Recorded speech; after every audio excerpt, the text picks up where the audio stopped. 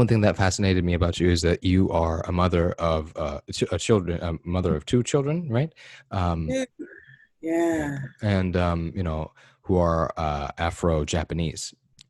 And right. are there anything Japanese? Right. Yeah. But is there anything that you felt like you've struggled with, or anything that you felt happy, blessed about, or?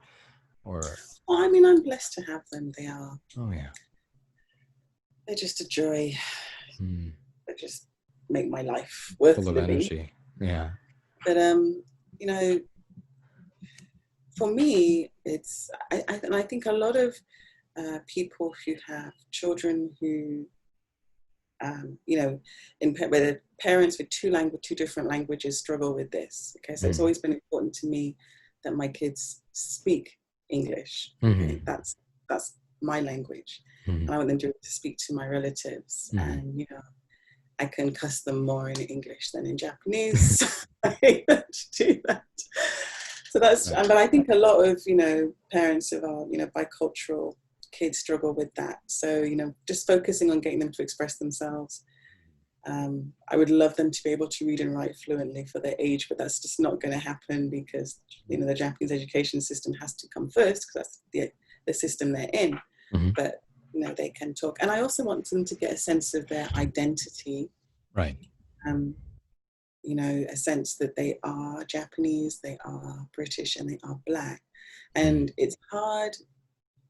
I think my struggle is to get them to understand what it means to be Black, but I can't really in this context. So we constantly have these conversations about what it means to be Black, or we even joke about it, and we I give them a lot of Black history and not America, not just American history, obviously, but Black British history, and we'll talk a lot about those things. And I tell them, I mean, especially with what happened with BLM, I felt like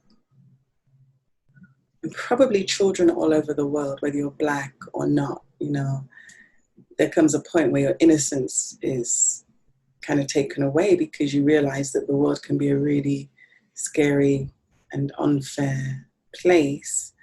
And especially as the mother of a Black man, we had to really talk to them about what that may mean in different contexts. They try and prepare them for how the world is going to perceive them and treat them because of that, but at the same time, not giving them an attitude of, oh, well, I may as well just give up because everyone's going to be horrible to me, because that may not be the case. But I want to be realistic, but also give them that sort of spirit of I can do anything, and my color, my background, my nationalities doesn't define me. It's who I am as a person. I think that's more my struggle. Right. And just like every parent, you just want to raise these amazing, confident kids, and you recognize that there are barriers in some ways, because one thing that all children want to be is, and teenagers too, is just like everybody else, right? And you probably experience this too. My kids are never going to be like everybody else around them. Never. Right. Okay, it's not going to happen. Yeah. So I've thought about sending them to your school, to NIS. Oh, really? It might be good. Yeah. Well, it's a little expensive. Yeah, I mean, it's out of the question. I have to sell a lung. I mean, I'm probably going to send one of them anyway. But then when I think about sending them to international school, I kind of think, well, I'm taking them out of the Japanese culture, which is part of theirs, and then putting them into the white American culture, which really has nothing to do with them. I mean, I'm not, it just feels like a little, I don't want to take them out away from their culture. I understand. That's very, very caring. Maybe I would think of it more, but then I'm not.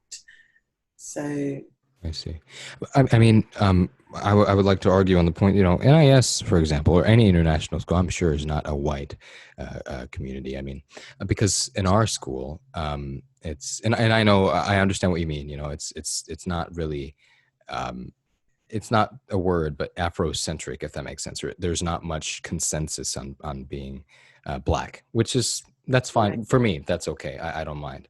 I don't know. Do you learn about Black history though? I mean, that's part of the curriculum, isn't it? I wouldn't say curriculum, but we learn about that, definitely. Yeah. And there are teachers who are very outspoken, and there's great teachers. Yeah, there are great teachers in our school, and I love them all. They're very great, funny people. And of course, sometimes opinion gets in the way, and then like it gets cloudy. And I generally don't like that, but that's okay. We're all humans, right? And passion. It's from passion. It's not from, oh, I'm going to indoctrinate these kids. It's never that. It's just out of passion and care for the subject, and I understand. But that's the thing that happens. And yeah, so I think that international schools, including mine, we're not Eurocentric or we're not like that. So I really do recommend for the children to visit, and it's very difficult, but anyways, it's not so hard, I think, and people will be, yeah. I mean, when I went, that was one part that the school really wanted to know about, or really interested in, is my background of being mixed with white, Asian, and so on. So yeah, okay. I mean, I just speak negatively about it because I love the teachers at that school. I do. Amazing people that I kind of think, oh, I wish I had this teacher when I was at school. I really do. Right. But right. I just don't. I don't know. If they're going to, in Japan, but if they're going to be minorities, they may as well be minorities in the Japanese education system because they're partly Japanese. Right.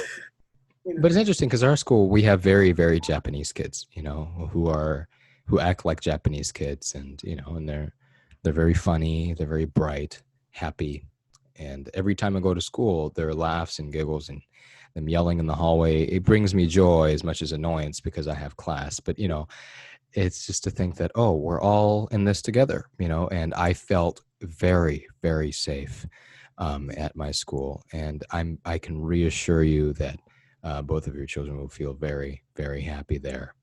Of course, with the sacrifice of one lung, but two. Who needs two? Yeah. Two. But I think they'd really enjoy it. But yeah, I understand, because when I went to Japanese school, it was very difficult for me because we were young and we didn't know. Well, the kids didn't know what racism was. It was just a joke to them, or out of curiosity, but also fear. And kids would call me, poop face or brownie or something like that. And at the time, that was very infuriating, and I really had a lot of stress, and that caused very severe physical issues soon. But now that I think about it, it's not their fault. And this is where it comes back to, right? Black Lives Matter is the education of racism, not just against blacks, but to all people, including, for me at least, I know Black Lives Matter doesn't really push this much, but including white people. Yeah. I feel it's now in Japan though to educate the teachers, right, in this school. I was talking to, I should introduce you to her, actually. Yeah, I was talking to some friends over the summer. I say they're friends, they're like 22. I've known these kids since they were like really little, and it's really amazing to see the amazing adults they've turned into. But anyway, they're starting this group for race kids in Japanese public school system. They are mixed race, and they want to get together a group of people who can be mentors to younger children who are coming up through the system. And originally they were just looking at the Japanese public school system, but now they're thinking that the international school system may also benefit as well. But I mean, there are people like that who are creating these safe spaces for kids like mine and yourself. You could be one of the mentors. I actually thought about you. Telling you about this. Yeah, about this group. They're hoping to start early next year. And I was thinking, maybe they should talk to Leon. Yeah, that'd be great, actually. I'd be very interested. Yeah. But there are, and then of course there's all the work that Andrew is doing, and there are other groups within the Japanese society that are just providing spaces and educating. But we need to do more. We really do, especially those of us that speak Japanese fluently. Yeah, that's true. Yeah. And again, and we're going to talk about racism in Japan as well. But, I just really wish for a world where racism is just a word of the past. And I know it's a very huge goal, but, no racism against whites, blacks, yellows, reds, or it could be about religious racism, right? Against Jews, Christians, or Muslims. There should not be a place where everyone is judged for who they are or what they believe in. Absolutely.